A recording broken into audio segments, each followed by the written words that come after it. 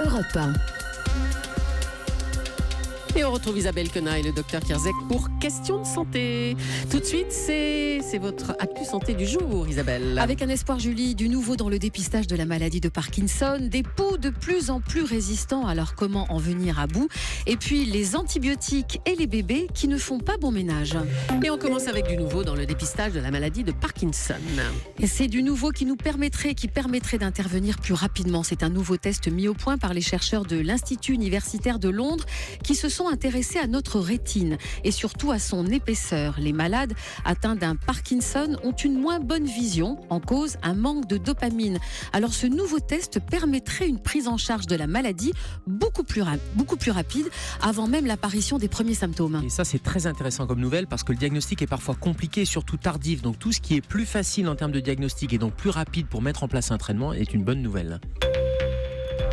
La rentrée des classes sonne aussi la rentrée des poux. Et le pouls, c'est moche, c'est têtu et surtout c'est très intelligent. Cette ténacité, nous en sommes en partie responsables.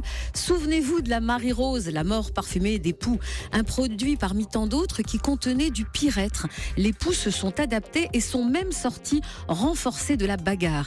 Alors comment s'est opérée cette mutation? Les explications du docteur Areski Isri, parasitologue à l'hôpital Avicenne, chez nos confrères de BFM TV. Dans une population de poux, il y a toujours quelques mutants, naturellement, au niveau d'un gène précis. Lorsque on tue tous les poux et que ce poux, pas comme les autres, anormal, lui échappe à l'insecticide, il va se reproduire. Et plus on fait une pression insecticide sur les poux, et plus on sélectionne ces poux résistants. Et une question posée au 3921 par Catherine qui se plaint que sa fille a déjà eu des poux l'année dernière et qui pense qu'elle en aura donc forcément cette année. Utiliser des produits naturels ou encore les huiles karité ou coco qui fonctionnent très bien, elles asphyxient le poux, elles l'empêchent de respirer, donc il va mourir. Et comme c'est naturel, l'avantage de ce traitement, c'est qu'on peut recommencer beaucoup plus souvent. Les antibiotiques et les bébés ne font pas bon ménage. En moyenne, les enfants, dès la naissance et jusqu'à l'âge de 3 ans, prennent des antibiotiques au moins 2 fois. C'est risqué, souligne la revue Allergie, Asthme et Clinical Immunology. Alors pourquoi?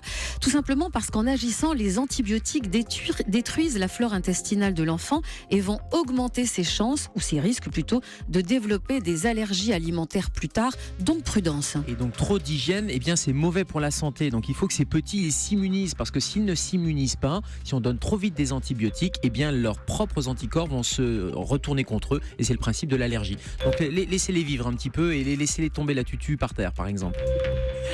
Congeler de la viande nécessite de prendre certaines précautions, Isabelle. Avec cette question, à partir de quel moment ne peut-on plus congeler sa viande? Alors jusqu'à présent, l'idée la plus répandue était qu'il fallait congeler sa viande, si bien sûr on voulait la conserver, la congeler immédiatement après l'avoir achetée. Oui, c'est logique, oui. En réalité, on peut attendre sans problème la veille de la date de péremption pour le faire. Ah bon? Alors c'est une étude qui a porté sur 6 marques de viande différentes, le constat est le même, et une fois congelée, la viande peut être conservée sans problème aussi longtemps que vous le souhaitez, juste gare à la panne d'électricité, ou alors vous avez recours à la technique du glaçon de Julie. Ah bah oui, alors pour savoir si vous avez eu une panne d'électricité en votre absence, vous mettez dans votre congélateur, dans un petit récipient, dans un verre par exemple, un glaçon.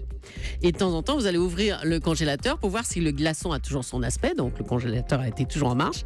S'il a complètement fondu, eh bien c'est qu'il y a eu une panne d'électricité. Dans ces cas-là, il faut jeter tout ce qu'il y a dans le congélo. On jette tout ce qu'il y a dedans. Merci pour voilà. le tuyau du glaçon. Je suis Madame Truc. Exactement. On va se retrouver dans quelques instants, vous le savez, on vous l'annonçait en début d'émission, nous allons nous intéresser à la thyroïde et pourquoi il faut la surveiller particulièrement. Vous appelez 3921 pour poser vos questions ou bien sûr vous réagissez sur Twitter avec le hashtag E1 Santé.